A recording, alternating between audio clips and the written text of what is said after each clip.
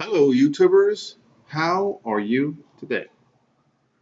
Well, today I wanted to focus on a couple of things and try to put them together so that maybe you can understand God's ways.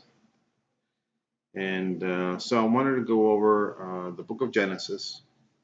This is basically would be chapter 18, book of Genesis. And I was focusing here on the story of Sodom and Gomorrah. And it's titled over here, Abraham Pleads for Sodom. When the men got up to leave, they looked down toward Sodom, and Abraham walked along with them to see them on their way. Then the Lord said, "Shall I hide from Abraham, what I am about to do? Abraham will surely be a great and powerful nation, and all nations on earth will be blessed through him. For I have chosen him so that he will direct his children and his household after him to keep the way of the Lord by doing what is right and just, so that the Lord will bring about for Abraham what he has promised him." Then the Lord said, "The outcry against Sodom and Gomorrah is so great, and their sin so grievous, that I will go down and see if what they have done is as bad as the outcry that has reached me. If not, I will know." Then the men turned away and went toward Sodom, but Abraham remained standing before the Lord. Then Abraham approached him and said, "Will you sweep away the righteous with the wicked? What if there are 50 righteous people in the city? Will you really sweep it away and not spare the place for the sake of the 50 righteous people in it? Far be it from you to do such a thing, to kill the righteous with the wicked, treating the righteous and the wicked alike. Far be it from you. Will not the judge of the earth of all the earth do right?" Then the Lord said, "If I find 50 righteous people in the city of Sodom, I will spare the whole place for their sake." Then Abraham spoke up again. "Now that I have been so bold as to speak to the Lord, that I am nothing but dust and ashes, what if the number of the righteous is 5 less than 50? Will you destroy the whole city for the lack of 5 people? If I find 45 people there," he said, "I will not destroy it." Once again he spoke to him. "What if only 40 are found there?" He said, "For the sake of 40, I will not do it." Then he said, "May the Lord not be angry, but let me speak. What if only 30 can be found there?" He answered, "I will not do it if I find 30 there."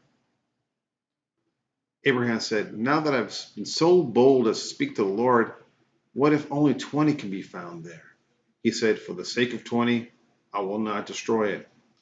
Then he said, "May the Lord not be angry, but let me speak just once more. What if only 10 could be found there?" He answered, "For the sake of 10, I will not destroy it."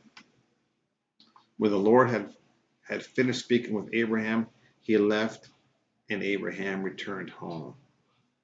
So the story is quite um, curious because, and there are people who are questioning God and his and just the religion in of itself. They say, "Well, why does God let innocent people die? Why did God let a 4-year-old girl die in an accident? Or why do children under the age of 3 get cancer?" And I think a lot of it goes back to this story.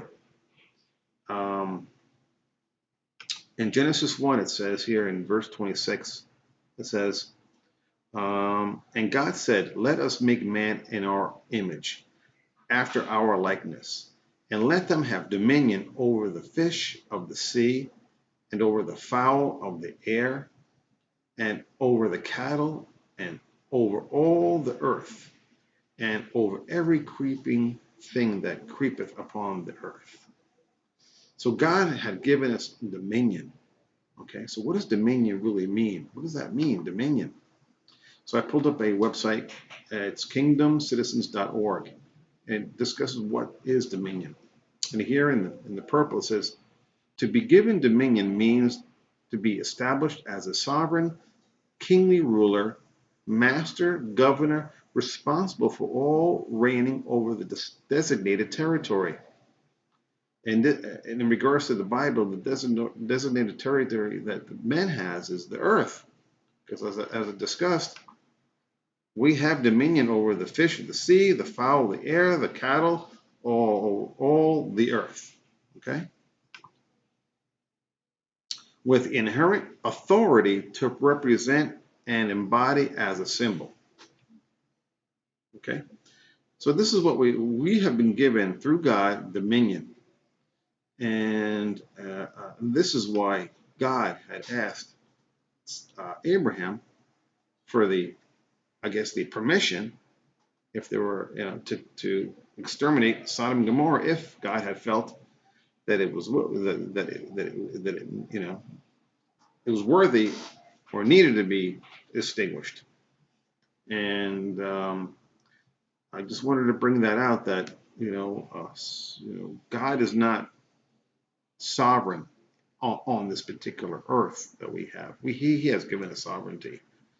So we do have a place in this earth, and we do have the power to move things. We're not just, it's not just for a foregone conclusion that that our lives are going to be such a way. We do have freedom, and God gave us, like I said, dominion over this earth, and we do have a responsibility to keep things righteous, and that's why God had given Abraham so much, because he found that he was righteous and he was willing to obey God's laws. So this is what I wanted to bring out today, was trying to have people understand that we have a great power on this earth while we're here, and we have to be mindful of that. And basically, we're almost, God's angels in a way on this earth. So I just wanted to bring this particular story out so that people can understand that that God has given us powers on this earth, and that we need to be just and be cautious regarding this particular powers that we do have.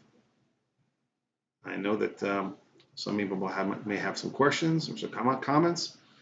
Please leave them below, and hope this video had given you some thought. And as always, God bless.